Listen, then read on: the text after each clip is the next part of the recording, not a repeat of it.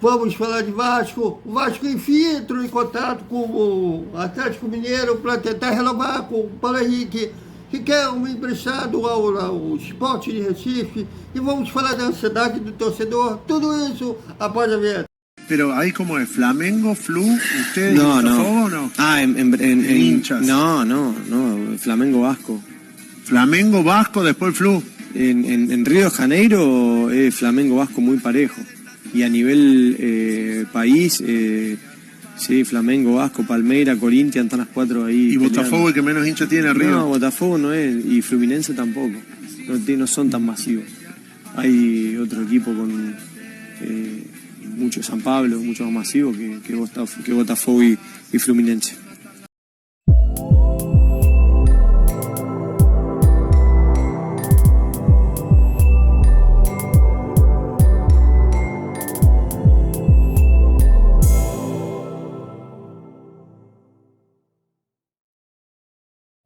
Salve, salve galera do Vascão, boa noite para todo mundo.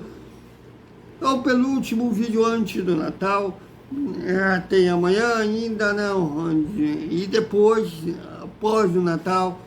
E um torcedor ansioso querendo que o Vasco feche com algum nome, até agora nada. O Alexandre Matos está nos Estados Unidos ainda aprendendo a forma da 77 de trabalhar, mas ao mesmo tempo tem monitorado o mercado para trazer reforços nessa temporada e também na janela do meio do ano.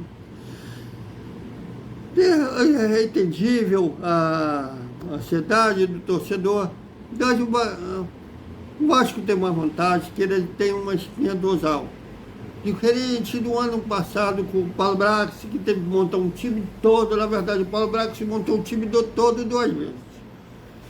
Na janela do início do ano, quando a 77, se sabe lá o porquê, achou que poderia fazer um time só de jovem, que eles só pensam em revenda, tanto que nesse período eles descartaram a contratação do Eduardo Sacha, por acharem pela idade do Sacha, eles não teriam lucro numa revenda. E eles praticamente aprendendo na base do cascudo, porque o Vasco fez uma campanha horrorosa na primeira parte do campeonato, chegou a estar na penúltima colocação com apenas 9 pontos, e eles aprenderam que tem que mesclar entre experiência e juventude, aí que veio os jogadores mais cascudos, Jete, Medel, o próprio Paulo Henrique, e aí o time deu aquela liga, fez uma campanha de G7 que salvou o Vasco do rebaixamento. Então eles estão tendo cuidado para tentar acertar o alvo nessas 2 janelas. Bom, e depois falando do Paulo Henrique, o Vasco enfim entrou em contato com o Atlético Mineiro para tentar manter o Paulo Henrique para a temporada de 2024, que o Vasco vai disputar o Campeonato Carioca, a Copa do Brasil e o Campeonato Brasileiro. Mais pessoas sabem, né? Lembrando só que o Paulo Henrique chegou por empréstimo junto ao Atlético Mineiro, só que o Paulo Brax, a última vez que eu tive, o Paulo Brax me mandou uma mensagem, ele já demitido do Vasco, que ele chegaria no dia 21 no Brasil, que ele estaria disposto a ser entrevistado. Até agora, não, mas tudo bem. Mas o Paulo Brax, nessa negociação, não fechou com valor de passe fixado, e com isso o Vasco terá que chegar numa jogo cintura com o Atlético Mineiro para chegar a um valor que o Vasco possa pagar e ter o Paulo Henrique em definitivo, ou se o Atlético Mineiro vai aceitar um novo empréstimo. Mas vamos aguardar cenas nos próximos capítulos. E o colega Juninho, do canal Machão na Gama, fez um golaço, gol de placa, foi em primeira mão, que o Riquelme, ótima promessa da divisão de base do Vasco, o Riquelme, que sofreu uma lesão séria no ano passado, e já está recuperado, mas não teve espaço com o Maurício Barbieri, nem com o Ramon Dias. Será emprestado, mas que já acertou o empréstimo com o Sport de Recife para 2024. O Riquelme ficará por toda a temporada de 2024 no rubro-negro de Recife, mas ainda a gente não sabe se é com passe fixado ou não. Eu acho uma boa para o Riquelme, com outros ares, ele voltar para o Vasco depois com mais experiente, quem sabe até valorizado, se o Sport subir para a Série A do Campeonato Brasileiro, ele será bem valorizado e no Sport a tendência é que ele seja titular absoluto lá. E o colega Joel Silva apurou que o Fluminense, a pedido do Fernando Diniz, tentou contratar o Riquelme por um empréstimo, porém o Vasco, como o Fluminense é um adversário co-irmão do Rio de Janeiro, vai enfrentar no Campeonato Carioca, talvez na Copa do Brasil. Quem sabe o Vasco chega, espero que sim, até passando dessa fase, na fase dos brasileiros, dos times, Copa do Brasil, mas dos times que estão na Libertadores, pode enfrentar o Fluminense também na Copa do Brasil e vai enfrentar o Fluminense no Campeonato Brasileiro. Então é um adversário que o Vasco vai enfrentar sempre. Por ser um adversário direto, o Vasco chegou para o Fluminense e falou que só aceitaria negociar o Riquelme para eles por venda em definitivo. E o Fluminense não aceitou, e o Vasco desculpe,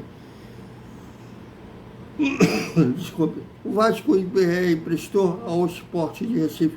O ideal era ele ser emprestado para um time pequeno no Rio de Janeiro, mas inclusive o Volta Redonda, que será dirigido pelo Felipe Maestro, chegou a tentar o empréstimo até o fim do Carioca. O Vasco aceitou emprestar o Riquelme, o Volta Redonda, porém a staff do jogador não aceitou.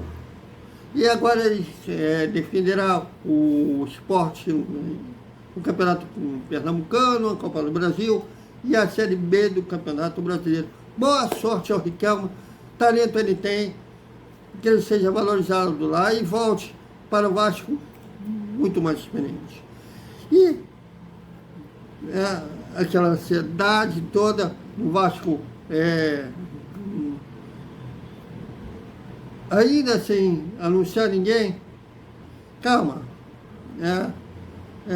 Se vocês virem prestar atenção nos rivais que a gente vai enfrentar, seja no Campeonato Carioca ou no Campeonato Brasileiro, ninguém anunciou um supernome.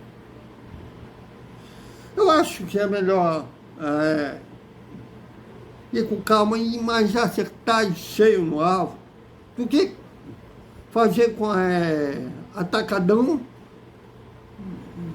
e jogadores com qualidade duvidosa. Então vamos aguardar. E aí, o Alexandre Matos, a gente sabe do talento do Alexandre Matos, ele foi vencedor onde passou, entende muito bem de mercado, então ele deverá trazer nomes importantes, se a 77 deixar, porque tem uma certa burocracia, e acredito, inclusive, que o Alexandre Matos esteja tentando fazer que os americanos entendam que em mercado, principalmente no futebol brasileiro, a coisa é bem rápida. Se demorar, outro adversário vai lá e toma aquele jogador. Então é isso, galera. Até o Desperta Vascaíno com mais Vasco. Olha, hoje teve um jogo aí que foi de igual a igual por 40 segundos. E tem, inclusive, colegas, até não são do Rio, outros de outros lugares do país, inclusive de uma sobrinha de um grande treinador, se gabando do Fernando Diniz ter tomado 24.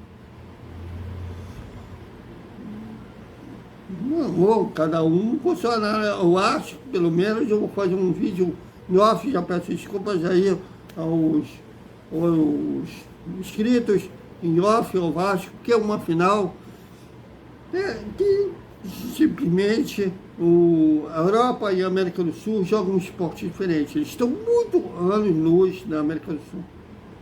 Até mais.